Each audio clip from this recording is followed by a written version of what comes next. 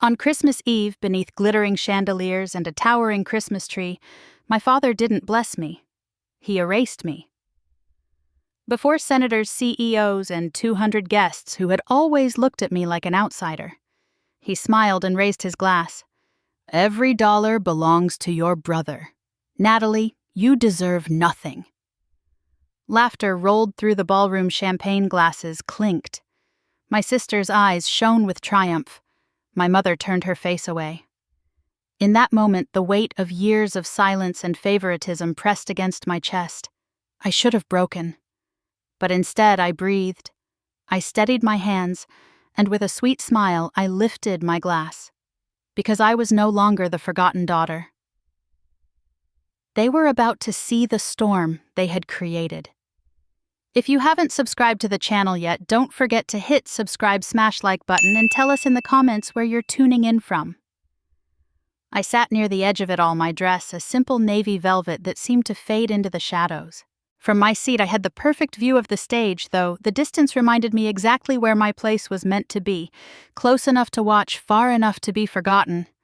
My father, Robert Carter, owned the night. At 65, he still stood straight as an oak tuxedo cut to perfection, his presence alone enough to silence chatter. My brother Daniel hovered near him, 30 years old, the heir apparent, smiling with the confidence of a man who had never been denied. Melissa, my older sister, glowed beside her senator husband Pearls, catching the light as she leaned into whispered conversations with the wives of governors. And my mother, Linda, smiled politely, her posture impeccable, though her eyes refused to meet mine. This party had always been a tradition. Every Christmas Eve, the Carters invited Chicago's finest to drink and dine under chandeliers, and to watch Robert Carter stage his family like a display case of power.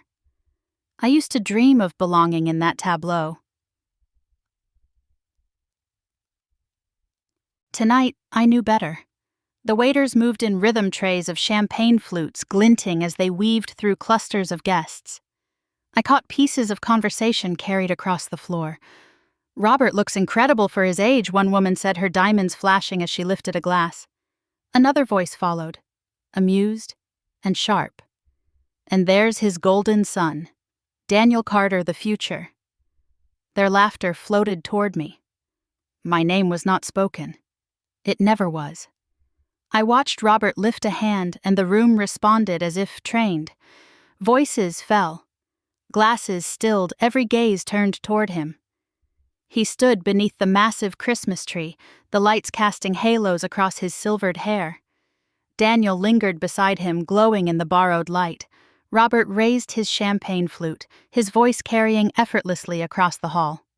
"Tonight," he began, his tone smooth, "rehearsed is more than a celebration of Christmas. It is the celebration of legacy." Then the crowd murmured approval, a ripple of nods and lifted glasses.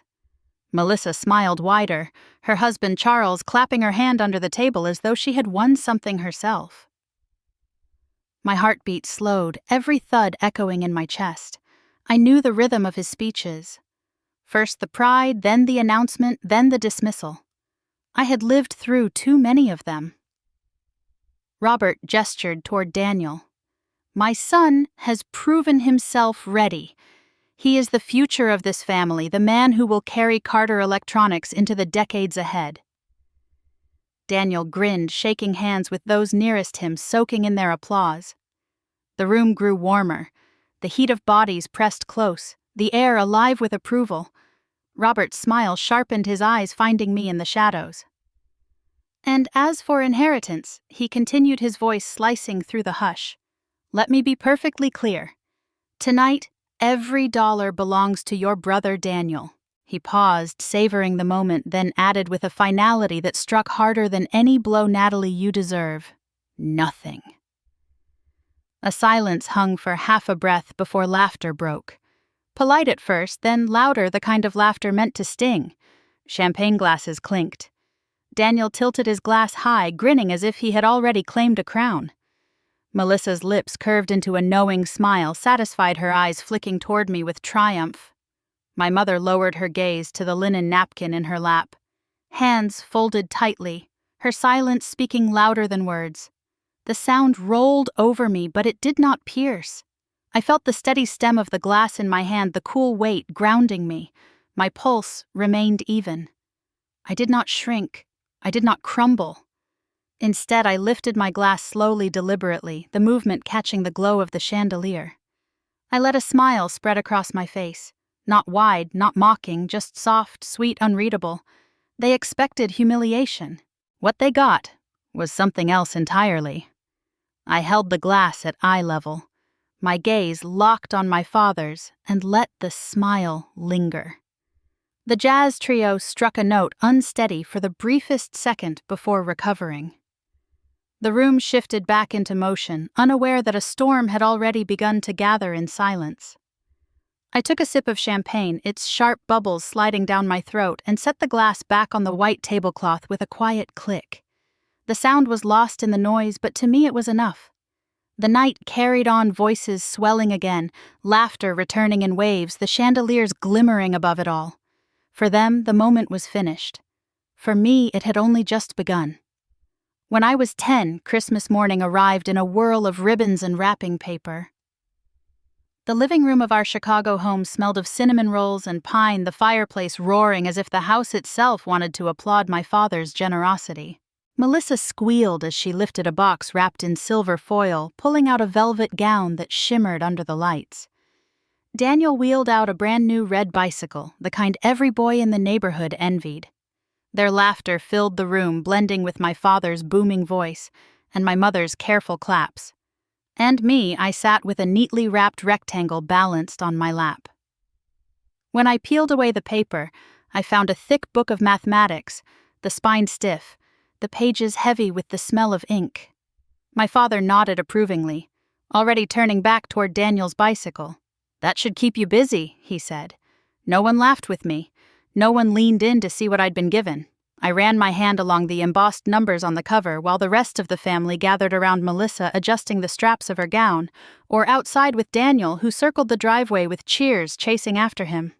I learned early that gifts were never equal in the Carter household. Melissa was the star. Crowned Miss Illinois teen at 17, her photograph framed in the hallway lit with its own spotlight, so every guest could admire it. Daniel was the golden son, the heir, the boy who could crash the car and still be rewarded with praise. And me, Natalie, I was the one tucked away in the corner with my computer magazines, my programming books, the one who never fit the picture my father wanted to show the world. By the time I was 15, I had poured myself into lines of code the way Melissa poured herself into makeup, and Daniel into football practice. I built a rudimentary inventory program, pages of hand-drawn diagrams and printed code from our home computer. I believed it could streamline Carter Electronics' supply chain, save time, save money. It was the first time I felt I might have something worth offering. I waited until the cake had been served at my birthday dinner, the family gathered around the oak table beneath the chandelier. My palms were damp as I slid the packet toward my father. "I made this for the company," I said, my voice trembling but proud. "It's a system to track shipments. If you just look at the—" Robert's brow furrowed after flipping through 2 pages. He set the packet down as if it carried no more weight than a napkin. "Real business isn't built by kids on a laptop," he said, his tone flat final. Melissa burst into laughter, tossing her hair back. "This is like some science fiction project," she scoffed, snatching a page and waving it like a prop. "You should enter it in the county fair." Daniel leaned across the table, grabbed the rest of the papers, and before I could stop him, sprinted to the back door. He flung them into the snow outside, the white pages scattered, dotting the yard like fallen birds. I pushed back from the table, my chair scraping hard against the wood. The cold hit me the second I stepped outside, the snow crunching beneath my shoes. Oh, my fingers burned as I bent to collect the pages, the ink bleeding where flakes had melted into the paper. Daniel's laughter rang from the porch, Melissa clapping as if he'd performed some brilliant trick. Behind them, my father refilled his glass of scotch, unmoved. My mother cleared plates without looking up. I gathered the papers into my arms, the edges stiff with ice. My breath came out in white clouds, stinging my lungs. The night was silent except for the faint chime of church bells drifting over from downtown. I held the ruined code against my chest, staring up at the house where warm light glowed through the windows. Inside, they toasted Melissa's future and Daniel's potential. Outside, I stood alone with a dream dissolving in the snow. That was the night something in me cracked. I wasn't angry yet. Anger would come later, sharper, more controlled. That night it was just a hollow certainty. My hands ached from the cold. My face wet from snowflakes, or maybe tears, and I whispered to myself, words I didn't fully understand then, but would carry for years. I will never be part of their legacy. I pressed the damp pages flat on my desk upstairs, weighting them down with books to dry. The ink smeared the diagrams warped, but I couldn't throw them away. I slid them beneath my mattress and lay down, staring at the ceiling. From the yard below, the family posed for photographs. Melissa in the center, Daniel flexing beside his new bike. My parents glowing as flashbulbs captured their perfect children. No one noticed I wasn't there. The laughter carried up through the window, muffled but relentless. A reminder that in this house, different wasn't celebrated. Different was ignored, discarded, erased. And I knew with a clarity that froze harder than the snow outside that if they would not see me now, I would have to find a way to make it impossible for them to look away. The conference room smelled of polished wood and stale coffee, the kind of air that clung to long meetings where decisions were already made before anyone spoke. The portraits of my father lined the walls. Robert Carter, shaking hands with governors, cutting ribbons at factories, standing with CEOs in glossy frames. His face was everywhere, watching, reminding everyone whose empire this was. I stood at the head of the table, my laptop projecting slides onto the screen behind me. Graphs, simulations, savings percentages, months of work compressed into 30 minutes. My voice was steady as I spoke. By integrating predictive analytics into our supply chain, we can cut delays by nearly 20%. Costs will drop, efficiency will increase, and Carter Electronics will gain a competitive edge in an industry still clinging to outdated systems. The board members sat in their pressed suits, some leaning back with arms crossed, others scrolling their phones under the table. A few smirked openly, their expressions saying more than words, the daughter playing pretend in her father's house. One man cleared his throat. Interesting. For academia. Another chuckled softly. I pressed forward, clicking to the next slide, determined not to let their apathy drown me. This isn't theory. I've run simulations across 2 years of shipment data. The model predicts shortages before they happen. Imagine the savings if... Enough, my father said, his voice cutting clean across mine. The room froze. Robert leaned back in his chair, adjusting his cufflinks like he was brushing away a nuisance. His gaze met mine, sharp, unyielding. This is not a classroom, Natalie. We don't gamble on fantasies. My throat tightened, but I forced myself to keep my voice calm. It isn't a gamble. It's tested. It's scalable. It could save millions. His palm struck the table with a crack that silenced even the hum of the projector. I said enough. The words echoed off the paneled walls. A few board members looked down at their papers. Others exchanged amused glances. The heat crept up my neck, but I held my ground, my fingers gripping the edge of the podium. I've dedicated years to this, I said quietly. But my father was already rising from his chair. You've never understood this business. He told me each word louder than the last.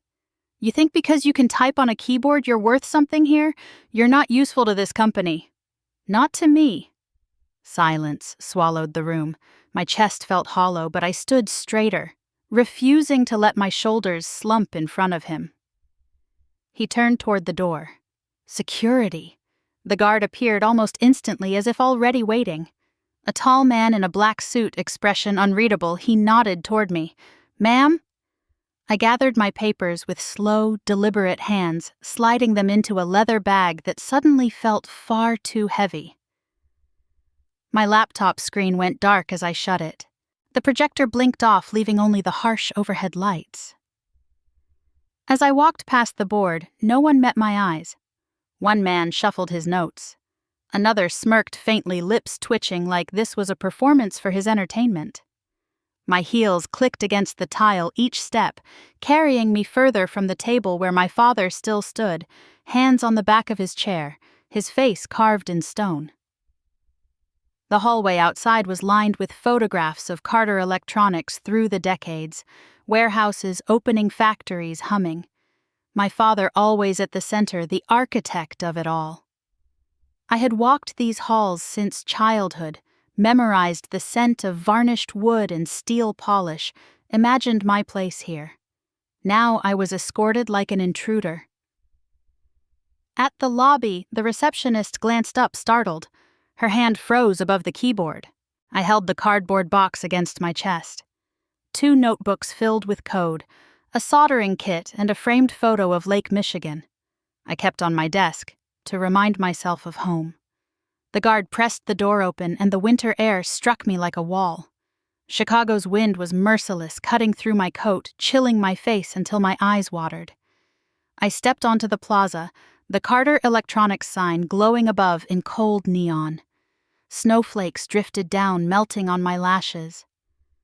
I set the box in the passenger seat of my car, my hands trembling not from the cold, but from the weight of what had just happened. I gripped the steering wheel, staring through the windshield at the building that had always loomed like a fortress, impenetrable, untouchable. For a long moment I couldn't start the engine. My heart pounded, but no tears came. The humiliation was sharp, but beneath it pulsed something else, something steadier. I turned the key and the car rumbled to life. The neon sign of Carter Electronics glowed in the rearview mirror as I pulled away the lights, shrinking until they were nothing but a blur against the falling snow. That night, in the silence of the highway stretching east, I understood something I had never wanted to admit. They would never choose me. Not in the boardroom, not at the dinner table, not in the family portrait. And as the miles passed beneath my tires, the truth settled into me like iron. If they would not let me belong, I would find a way to make them need me. The snow followed me east, streaks of white slashing against the windshield as I drove mile after mile. Chicago faded behind me, and Boston rose ahead like a distant promise. By the time I pulled into the city, the streets were slick with ice, the skyline a blur of gray towers and faint harbor lights. I found a garage for rent on the edge of town, the kind landlords forgot about until someone desperate enough handed over cash. The roof leaked when it rained, plaster peeled from the walls, and the air was so cold I could see my breath. But it was mine. I dragged in a thin mattress, propped a rickety wooden table against one wall, and set down the second-hand laptop I had picked up for a few $100s. The room smelled of oil and rust. I didn't care. For the first time, no one was watching me fail. During the day, I worked in a warehouse moving boxes until my shoulders ached and my back screamed. 12-hour shifts blurred into one another, the fluorescent lights buzzing overhead, the air thick with dust. A man named Carl, well into his 50s, with a belly that strained against his uniform, used to smirk when he saw me scribbling formulas on the back of shipping labels during breaks. "Geek girl," he said, shaking his head. "You think that math stuff is going to lift these boxes for you?" The other workers laughed. I smiled faintly and went back to writing, my hands stiff with calluses. At night, I returned to the garage. I sat at the table, my coat still on, fingers stiff from the cold, the screen glowing pale blue in the darkness. Code poured out of me, line after line, my only language of survival. My hands blistered, my eyes burned, but I refused to stop. I drank instant coffee that tasted like chalk-ate noodles from styrofoam cups, and typed until dawn painted the walls silver. Some nights exhaustion won. I would push too hard too long. Once I collapsed beside the desk, my cheek pressed to the cold concrete floor. When I opened my eyes, the laptop was still humming, the screen filled with code that kept running without me. I crawled to my feet, staggered into the tiny bathroom at the back of the garage. The mirror was cracked, splitting my reflection into jagged pieces. My face was pale, my hair tied back in a knot. eyes ringed with shadows. I gripped the sink until my knuckles whitened. One day I whispered to that broken reflection, "They'll see me." It wasn't anger that drove me then. It was hunger, raw and unrelenting. Every box I lifted in that warehouse was fuel. Every laugh from Carl or anyone else was fire. I thought of Daniel riding his new bike, Melissa draped in gowns, my father's voice cutting me down in front of his board. I carried their words with me into every line of code. The winters were the hardest. Wind seeped through the thin walls, snow piled against the garage door, and the radiator rattled but never warmed the air. I typed with gloves on, steam rising from my breath, my toes numb inside thick socks. I layered sweaters under my coat, hunched over the glow of the laptop like it was a hearth. Outside Boston moved on without me. Students filled cafes with laughter, businessmen hurried along the harbor. But inside that garage, I built something no one else could see. On weekends when shifts ended early, I walked to the harbor. I stood at the edge of the pier, the water black and restless waves slapping against wood. The wind cut at my face, but it kept me awake sharp. I whispered ideas into the night, algorithms, strategies, structures, words the wind carried away but never erased from me. I kept notebooks stacked by my bed filled with diagrams, equations, thoughts scribbled in the dark when inspiration jolted me awake. I guarded them like treasures, knowing each page was a step out of the shadows. Sometimes I fell asleep mid-sentence, pen slipping from my hand, only to wake with smudges of ink on my fingers. I didn't allow myself to imagine applause or pride. I pictured silence, the heavy, suffocating silence that would fall the day I finally proved them wrong. That thought alone was enough to pull me back to the keyboard night after night. One evening after a shift where Carl laughed that I'd throw out my back before I ever made a living, I returned to the garage and stared at the cold, dark laptop before switching it on. The screen glowed and I placed my hands on the keys, ignoring the pain in my wrists. I thought of my father's words echoing still. "You're not useful, not to me." I leaned closer to the cracked mirror afterward. Breath fogging the glass eyes, steady now. Determination pulsed stronger than exhaustion. The garage wasn't a prison. It was a forge. And in that cold, forgotten room, I began to shape the weapon I would one day carry back to Chicago. I signed the papers in a cramped Boston office with a flickering fluorescent bulb overhead. The name that had been mine for 24 years disappeared into the ink. Natalie Carter became Eliza Stone, a name with no ties to Robert, no shadow of Carter Electronics, no connection to the family that had erased me. The notary barely looked at me, sliding the documents across the desk with a bored expression. For him, it was routine. For me, it was rebirth. Through a mutual contact, I found Philip Kane, a corporate lawyer from New York with a reputation for airtight contracts and an uncanny ability to ask no questions. He arrived at our first meeting in a charcoal suit tie, knotted perfectly, his expression as calm as still water. He studied me briefly, then the folder of documents I handed him. "You'll want layers," he said. "Trusts shells, Delaware registrations. Invisible ownership. No one traces it back." His tone was professional, detached, but I saw the flicker of curiosity in his eyes. He never voiced it. That was why I hired him. The second piece came in the form of David Ross, a former Wall Street analyst with sleeves rolled to his elbows, and a mind that saw numbers as weapons. He had burned out of banking, sick of the endless greed, but he hadn't lost his edge. He studied my prototype logistics models, running his finger down columns of figures, and finally said, "This isn't noise. If we structure this right, we don't need headlines. We buy quiet." "Buy quiet," I repeated. He leaned back, smirking faintly. "Small stakes, 10-15%. Companies no one notices in markets no one watches. We slip in under the radar, insert your systems, and when the data proves itself, they'll never leave. By the time anyone pays attention, you'll own the veins they depend on." That became our mantra.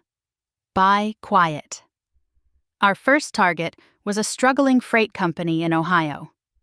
Trucks that broke down twice a month, books bleeding red management, desperate for an investor who wouldn't demand a spotlight. We slipped in with 15% equity signed by a shell corporation Philip built overnight. Within weeks, my software was running their scheduling cutting delays by 30%. Their margins improved. No one outside noticed. That was the point. I remember the night the deal closed. I sat at the small desk in my Boston garage, the smell of rust and coffee in the air, my laptop screen glowing with the signed contract. I pressed a hand flat against the table, my heart steady, and whispered, "It begins." From there, the web grew. A warehouse management startup in Indiana, a small trucking firm in Pennsylvania, a logistics software service out of New Jersey. Each deal was modest on paper, forgettable to anyone skimming trade journals. But behind the curtain, we integrated my predictive systems white-labeled under different names, faceless and efficient. By 2015, we had a half-dozen companies running on my code, all feeding data back to Horizon Logistics Holdings. The name Philip had carved into legal existence, but that for me felt like a fortress I had built brick by brick. I kept my distance. No press releases, no photographs, no conferences. While Daniel posed for glossy magazine spreads as the heir to Carter Electronics, I sat in a basement office in Boston, coffee rings, staining my spreadsheets, servers humming in rented storage units. I walked along the harbor at night, the wind cutting at my face, and whispered to the dark water, "I don't need them to see me. I just need them to need me."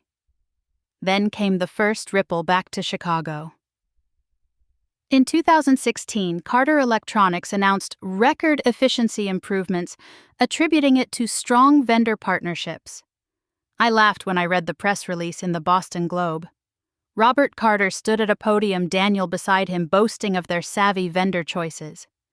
Every cost saving, every operational improvement they praised came from systems they didn't know were mine. At a gala in Chicago that summer, Robert told a senator, "We've never been in better hands. Our partners are brilliant." Photographs captured him raising a glass, Daniel clapping his shoulder. And no one knew that half the vendors they toasted were already tied by contracts. I had written clauses. Philip had buried systems they couldn't rip out without strangling themselves. By the end of that year, Horizon held indirect stakes in 3 of the 5 major distribution hubs that kept Carter Electronics alive. On paper, it looked fragmented, harmless. In reality, the lifeblood of their empire ran through my hands. One night in Boston, David slid a folder across our diner booth, the smell of burnt coffee hanging in the air. "You're deeper in than they'll ever realize," he said, tapping the papers. "You hold the skeleton of their supply chain." I flipped through page after page, the proof of how far I had come from that garage with a leaking roof. My chest tightened, not with pride, but with control. "They think I'm gone," I said softly, "but I'm already under their skin." I closed the folder, staring at the neon light flickering above our booth. Outside, the city buzzed oblivious. Inside, I felt the quiet power of a storm gathering, invisible but inevitable. Robert Carter stood in Chicago, smiling for cameras, convinced his empire was unshakable. Daniel preened as the heir. Melissa polished her image beside her senator husband, and I, under a name they had never spoken, pulled the strings they never saw. They thought Natalie Carter had been erased, but Eliza Stone was becoming the empire they didn't know they already served. The announcement came in Carter Electronics' glass-walled headquarters on a gray Chicago morning. I wasn't there, of course, but the press release hit the wires within minutes and photographs surfaced before the ink was dry. Robert Carter, stiff and proud in his dark suit, stood beside my brother Daniel. His hand clamped on his son's shoulder like he was crowning a king. The caption read, "Daniel Carter, appointed Chief Operating Officer." He was 30 years old, grinning like a boy who had just been handed the keys to the world. I studied the photo from my office in New York, the skyline behind me, the glow of servers humming low in the next room. My lips curved into something that wasn't quite a smile. They had no idea how deep I was inside their veins already. Daniel wasted no time stepping into the role. He threw parties that stretched until dawn, champagne flowing across penthouse bars, politicians and their aides invited to casual rounds of golf at country clubs in Winnetka. He loved the image of himself as the heir, the man in charge. He wore tailored suits, smoked cigars he barely knew how to hold, and made promises to people who would one day regret believing him. At his side was Tyler Brooks, 32, CFO of Carter Electronics, and Daniel's closest friend since prep school. Tyler had always been clever, too clever for his own good. Where Daniel brought charm, Tyler brought schemes. Together they built an illusion of control, but underneath they were bleeding the company dry. Through Evelyn Blake, the forensic accountant I had on retainer, the trail began to surface. She was meticulous with eyes that missed nothing. She called me from a cafe in Boston, her voice low but steady. I found something she said sliding a folder across the table when we met in person the next day. Inside were transaction logs, consulting contracts with shell companies, signatures that bore both Daniel's flourish and Tyler's precise scrawl. $15 million siphoned over 4 years, funneled through a Delaware-registered entity, and sent offshore to Cayman accounts. The arrogance of it was astonishing. They hadn't even buried it deeply, just layered enough to fool auditors who never bothered to look past the surface. I flipped through the pages slowly, my fingertips grazing the ink. Wire transfers, invoices padded with services never performed, offshore addresses that repeated like echoes. I could almost hear Daniel laughing as he signed them, Tyler leaning in with his slick confidence. "They think they're untouchable," Evelyn murmured. I closed the folder. Arrogance always leaves a trail. Meanwhile, Daniel basked in the glow of his new position. Paparazzi caught him stepping out of clubs at 3 a.m, his tie loosened, his arm draped around women who barely knew his last name. Glossy magazines ran profiles of Chicago's Golden Sun photos of him, shaking hands with senators, sipping scotch in private boxes at Bulls games. But for every shot of Daniel smiling in the spotlight, there was another image burned into my mind. Evelyn hunched over a laptop in a dim apartment, spreadsheets filling the screen, her fingers moving quickly, extracting secrets from Carter Electronics ledgers. While Daniel danced under chandeliers, she traced the wires snaking into Caribbean banks. I imagined him in a leather chair at some private club boasting to men twice his age about the empire he would inherit. He never noticed the cracks forming beneath his feet, never felt the noose tightening thread by thread. One evening, Evelyn emailed me a final report. The subject line was short: confirmed. I opened the file to see the entire scheme laid out in meticulous order. Dates, amounts, signatures, routes. At the bottom, a line stood out: liability, shared Daniel Carter, COO. I leaned back in my chair, the lights of New York winking beyond the window. My reflection stared back at me, calm, unshaken. They had handed me the rope. All I had to do was wait for the right moment to let them hang themselves with it. Daniel thought he was building a throne. He didn't realize he was standing on a trap door. The envelope was heavier than it should have been, the paper thick, embossed with red and green patterns that screamed tradition. The Carter crest, pressed into wax, sealed the flap. For a moment I held it in my hands, the weight pulling at me like an anchor. Then I tore it open. The card inside glittered with gold lettering. Carter Family. Christmas Eve Gala. December 24th, Waldorf Astoria, Chicago. Beneath the printed words was a line written in my father's neat, deliberate script. Seating is limited, hope you understand. I let the card fall to the desk, the sound sharper than it should have been in the quiet of my New York apartment. The city lights stretched beyond the window, December air frosting the glass. My voice came low, steady, as if someone else had spoken through me. This isn't an invitation. It's a reminder. A reminder I was never meant to belong. I opened my laptop. An email from Philip Kane waited in my inbox, subject line, final package. I clicked, and a set of scanned contracts filled the screen. At the top, bold and undeniable: pending sale to Horizon Logistics Holdings. Public announcement December 24, 2023. I leaned back, staring at the words until they blurred. Then a laugh escaped me, rough and quiet, a sound born from years of silence. "This isn't an invitation," I whispered. "It's an opportunity." Across the city in offices and penthouses, I would never be invited to preparations were already in motion. My father was boasting to anyone who would listen that Carter Electronics was poised for its greatest announcement, yet a handoff of power that would cement his legacy.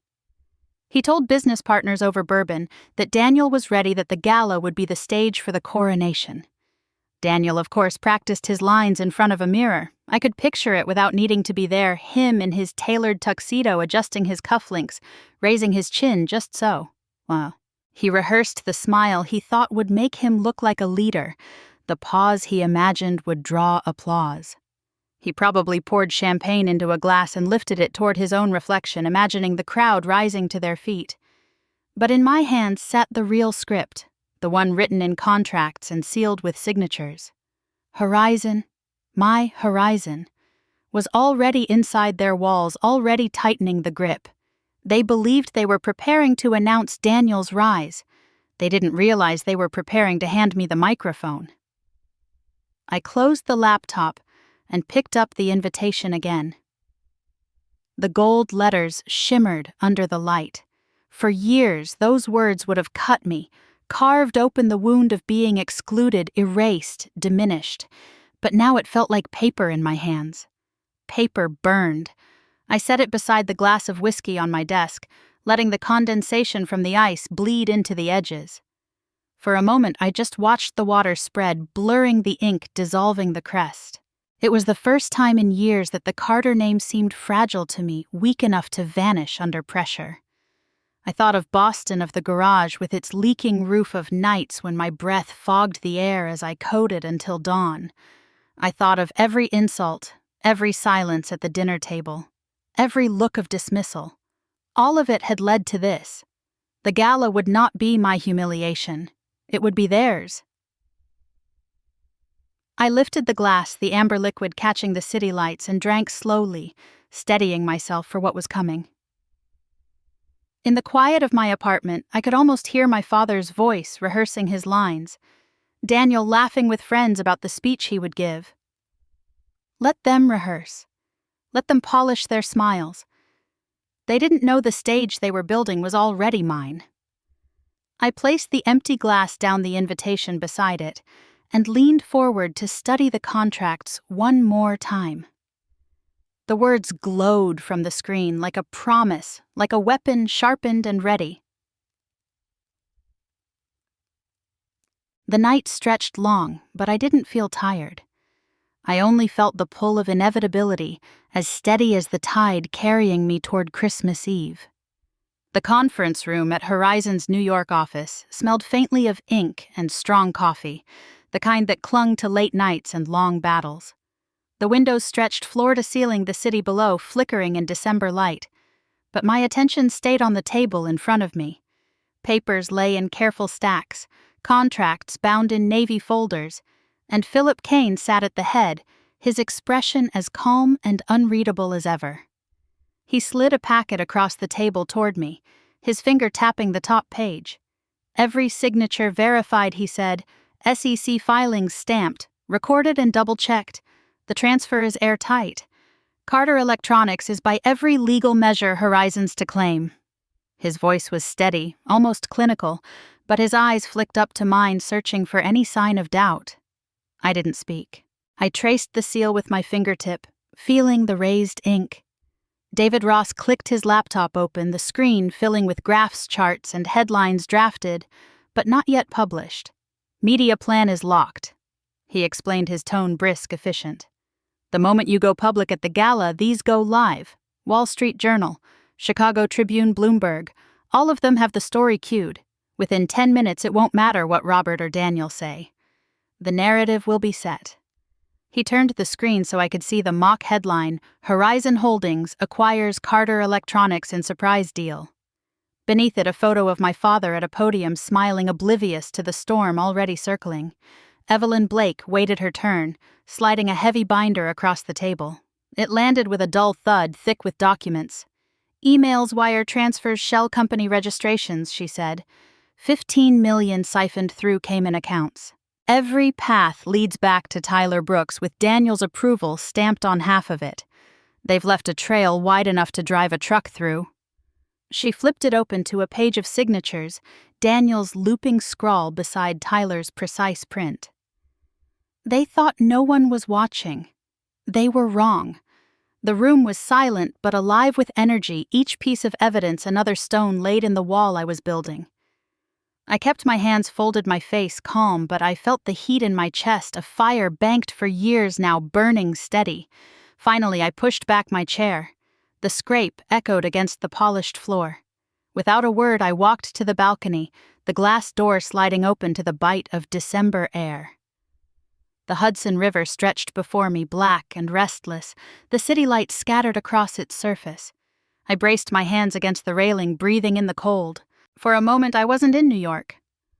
I was back in Boston, in a leaking garage where my breath hung in clouds and my fingers ached from coding through the night.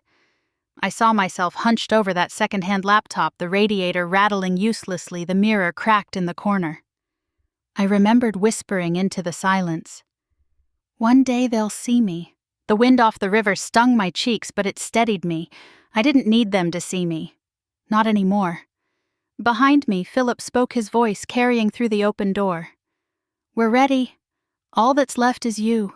I let the silence stretch the city humming below. Then softly but certain I answered. Not to them, but to the river, to the girl I used to be. I don't need them to see me. I just need them to need me. Far away in Chicago, Robert Carter was rehearsing his speech. I knew because a clip had already surfaced on a local news site. Him standing at a lectern, Daniel at his side, the words legacy and future spilling out with practiced confidence. He smiled like a man who believed the world still belonged to him. Daniel, I imagined, was practicing in front of his mirror again, adjusting the line of his tuxedo, raising a glass to his reflection. He would charm his friends at the country club that night, bragging about the moment he'd finally be crowned. And Melissa, ever the perfect politician's wife, was in some boutique choosing a gown designed to dazzle pearls to catch the light, her every gesture calculated for the photographers, who would no doubt capture her image at her brother's coronation. The pieces were in motion. They thought they were writing the script. They didn't realize I had already penned the ending. I stayed on the balcony until the cold numbed my hands, until the lights of New Jersey blurred into streaks against the river. Then I turned back the contract folder, still waiting on the table, the binder of evidence beside it, and the screen glowing with headlines that would soon be real. The war was ready. All I had to do was step onto their stage. The chandeliers blazed above the Waldorf Astoria ballroom, each crystal catching fire in the light, scattering sparks across the marble floor. The air was heavy with perfumed champagne and the hum of 200 voices rising in waves. A towering tree glittered in the corner, its branches dripping with ornaments, ribbons curling down to the stacks of gifts wrapped in gold and scarlet. The jazz quartet slid into "Have Yourself a Merry Little Christmas," their notes weaving between the laughter of senators, CEOs, and reporters, elbowing for quotes. Melissa appeared first in my line of sight, a portrait of polished perfection. Draped in emerald silk pearls, glowing at her throat, she clung to the arm of her husband, Senator Charles Whitman. Together, they moved through the crowd like royalty cameras, flashing in their wake. Her laugh carried just loud enough, rehearsed and graceful, each gesture calculated for the photographers who circled them. Daniel prowled the room in a sharp black tuxedo, shaking hands, clasping shoulders, grinning like he owned the night. His posture was loose, practiced confidence radiating off him as if the crown already sat heavy on his head. Every smile said he believed this was his coronation, his stage. And then there was my father. Robert Carter, at 65, carried himself like a monarch in his palace. The tuxedo fit him like armor, his silver hair slicked back, his chin lifted. Guests leaned in when he spoke, laughter breaking too loud at his stories, his presence, the center of gravity, pulling everyone closer. The room swelled with noise, with celebration, with the anticipation of his announcement. For them, tonight was legacy, carved in marble. For me, it was the stage I had been building for years. I entered at the edge of the commotion, the navy velvet of my gown catching the light in soft shadows, my hair loose across my shoulders. My heels tapped against the polished floor, each step steady, unhurried. Conversations faltered, then hushed until the first sharp whisper cut through. "She dares to show up." It rippled through the crowd, like wind across water, voices dipping low, eyes narrowing, jaws tightening with judgment or curiosity. Some turned fully to stare. A woman near the coat check raised her glass, smirking as if to say, "Watch what happens now." I felt the sting of their attention, but it didn't pierce. My spine was straight, my shoulders set, my eyes fixed on the far side of the room where my father stood. I walked the length of the ballroom as if it belonged to me, the whispers growing louder, the air sharpening with anticipation. A reporter's camera swung toward me, the lens gleaming. The flash burst once then, again catching me mid-step on the red carpet runner that cut through the center of the hall. I let a small smile curve at my lips, just enough for the picture, but in my eyes there was nothing soft. The click of the shutter echoed like applause no one else dared give. Melissa caught sight of me, then, her laugh breaking, faltering for half a beat before she recovered, her hand tightening on Charles's arm. Daniel's grin froze, the confidence in his eyes flashing into something darker before he smoothed it away. My mother's gaze flickered from across the room, quickly dropping back to the floor as though she hadn't seen me at all. Robert didn't move, didn't speak, but I felt his stare pinning me cold as the December air outside. The music carried on, the chatter rising again, but the tension lingered, coiled tight under the chandeliers. The camera caught one more frame as I passed, my smile faint, my eyes sharp a storm, waiting at the edge of their celebration. The chandeliers blazed above the Waldorf Astoria ballroom, each crystal catching fire in the light, scattering sparks across the marble floor. The air was heavy with perfumed champagne and the hum of 200 voices rising in waves. A towering tree glittered in the corner, its branches dripping with ornaments, ribbons curling down to the stacks of gifts wrapped in gold and scarlet. The jazz quartet slid into "Have Yourself a Merry Little Christmas," their notes weaving between the laughter of senators, CEOs, and reporters, elbowing for quotes. Melissa appeared first in my line of sight, a portrait of polished perfection. Draped in emerald silk pearls glowing at her throat, she clung to the arm of her husband, Senator Charles Whitman. Together they moved through the crowd like royalty cameras flashing in their wake. Her laugh carried just loud enough, rehearsed and graceful, each gesture calculated for the photographers who circled them. Daniel prowled the room in a sharp black tuxedo, shaking hands, clasping shoulders, grinning like he owned the night. His posture was loose, practiced confidence radiating off him as if the crown already sat heavy on his head. Every smile said he believed this was his coronation, his stage. And then there was my father. Robert Carter, at 65, carried himself like a monarch in his palace. The tuxedo fit him like armor, his silver hair slicked back, his chin lifted. Guests leaned in when he spoke, laughter breaking too loud at his stories. His presence the center of gravity, pulling everyone closer. The room swelled with noise, with celebration, with the anticipation of his announcement. For them, tonight was legacy, carved in marble. For me, it was the stage I had been building for years. I entered at the edge of the commotion, the navy velvet of my gown catching the light in soft shadows, my hair loose across my shoulders. My heels tapped against the polished floor, each step steady, unhurried. Conversations faltered, then hushed until the first sharp whisper cut through. "She dares to show up." It rippled through the crowd, like wind across water, voices dipping low, eyes narrowing, jaws tightening with judgment or curiosity. Some turned fully to stare. A woman near the coat check raised her glass, smirking as if to say, "Watch what happens now." I felt the sting of their attention, but it didn't pierce. My spine was straight, my shoulders set, my eyes fixed on the far side of the room where my father stood. I walked the length of the ballroom as if it belonged to me, the whispers growing louder, the air sharpening with anticipation. A reporter's camera swung toward me, the lens gleaming. The flash burst once then again, catching me mid-step on the red carpet runner that cut through the center of the hall. I let a small smile curve at my lips, just enough for the picture, but in my eyes there was nothing soft. The click of the shutter echoed like applause no one else dared give. Melissa caught sight of me, then her laugh breaking faltering for half a beat before she recovered, her hand tightening on Charles's arm. Daniel's grin froze the confidence in his eyes, flashing into something darker before he smoothed it away. My mother's gaze flickered from across the room, quickly dropping back to the floor as though she hadn't seen me at all.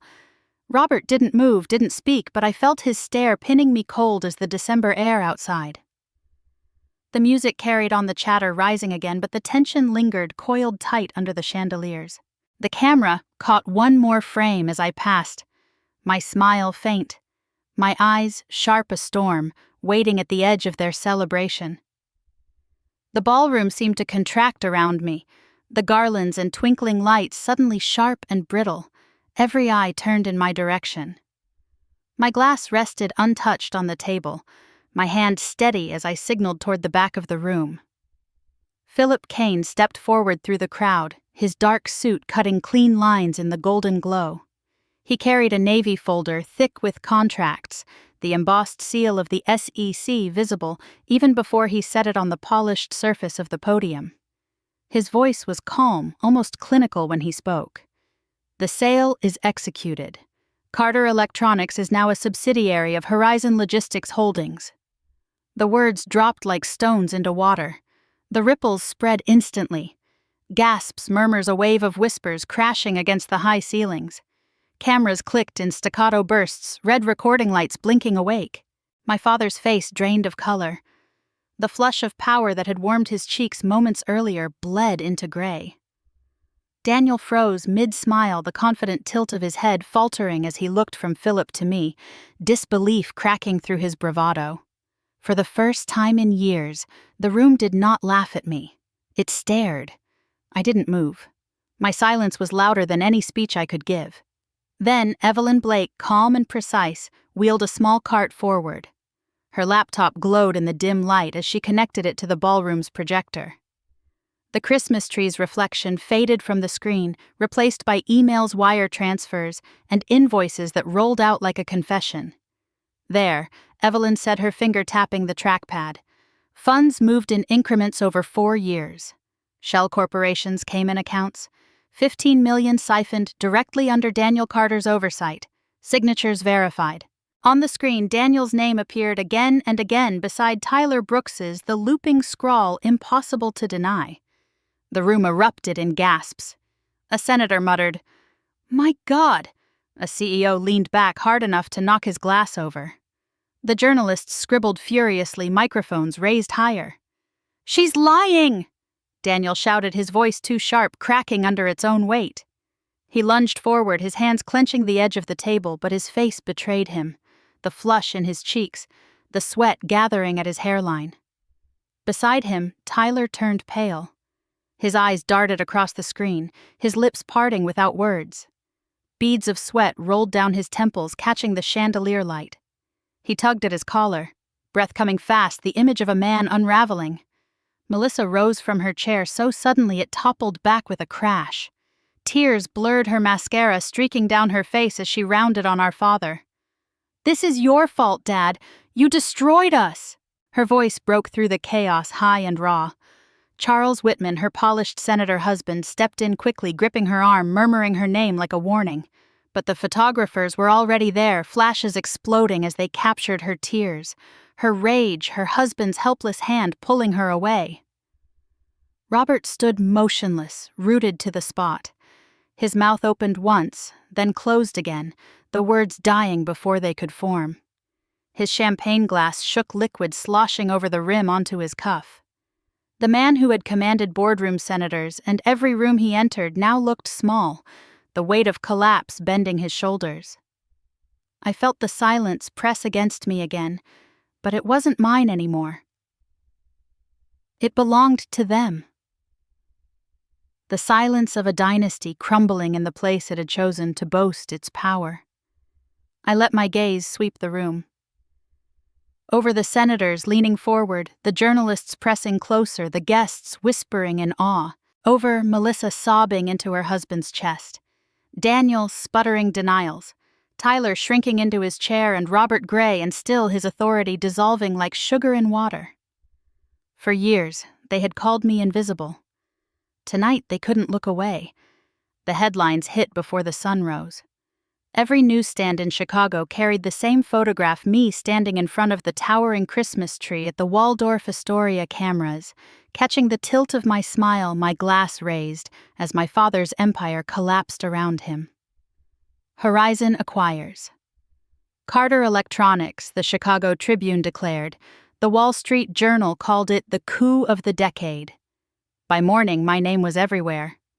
Eliza Stone in the business pages, Natalie Carter in the gossip columns. Daniel's face disappeared from glossy magazines as quickly as it had been plastered across them. Deals he had boasted about evaporated. Politicians stopped returning his calls. He tried to appear in public once, waving off questions about the investigation, but the footage only made him look smaller, defensive, stripped of the shine he once wore. His legacy as the Golden Sun had turned to ash. Tyler Brooks fared worse.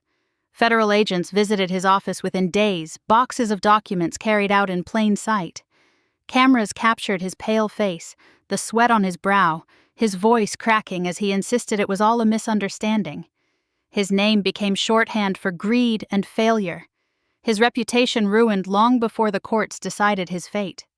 Robert Carter vanished into the shadows of his once bright world. His office, once alive with meetings and praise, grew silent. The portraits of him shaking hands with presidents stared back at a man hunched in a chair clutching an old photograph of his children before everything cracked. He stared at the picture as if the paper might rewrite itself, as if his family might still look at him with love instead of blame. It was Linda who sought me out. I found her waiting in the pews of a small stone church in Old Town, the winter light streaming through stained glass and painting her face in fractured colors. She looked older, thinner, her hands trembling as she folded them in her lap. "I failed you," she said when I sat beside her. Her voice broke on the words, a whisper heavy with years of silence. I studied her face, the woman who had never defended me, never spoken when I was cast aside. My reply came steady, not cruel but final. "I never failed. You just never looked." Her tears fell silent and unrelenting. I left her there in the pew knowing nothing I said could undo her choices. Melissa's perfect life cracked too. The photographs from the gala ran for weeks. Her mascara smeared her voice, raised her senator husband tugging her away as cameras flashed. The image stained his career as much as hers. Charles began to worry aloud about his re-election, his donors pulling back, his opponents circling. Their marriage, once a glossy partnership, became another battlefield. And then Emma came. She was 22, Melissa's daughter with her mother's sharp eyes, but none of her polish. She found me at Horizon's office in New York, clutching a folder of half-written resumes. She looked younger than her years, uncertainty etched in every line of her face. "Aunt Natalie," she said, her voice trembling. "Please, I want a chance to work to be better. I don't want to be them." I studied her, seeing in her something fragile but real. She was asking for an opening, not a handout. Slowly, I slid a contract across the desk. 6 months probationary, nothing guaranteed. "You'll earn it," I told her. "No shortcuts." She nodded, relief flooding her features, and for the first time in a long time I felt the faintest spark of hope for the family name. Weeks later, I returned to Horizon's headquarters in New York. The skyline glowed outside the windows, the city humming with energy. My executive team stood waiting in the boardroom, their faces respectful, their eyes filled with expectation. The room was filled not with portraits of a man who demanded loyalty, but with the quiet hum of people who had chosen to follow me. I sat at the head of the long oak table, the leather chair embracing me with its weight, the room falling into silence. I placed my hands flat on the polished surface, the reflection of the city glittering beneath my fingertips. "Let's begin," I said. The room exhaled. pens moved to paper, and the work of building a future started in earnest. And as for me, I had found what I came for. Not approval, not belonging, but power earned on my own terms. The empire that had once cast me aside now stood rebuilt under my name. If your family had ever tried to erase you if they told you that you were nothing, what would you do if the day came when you finally had the chance to rise? Tell me your story. I want to hear it.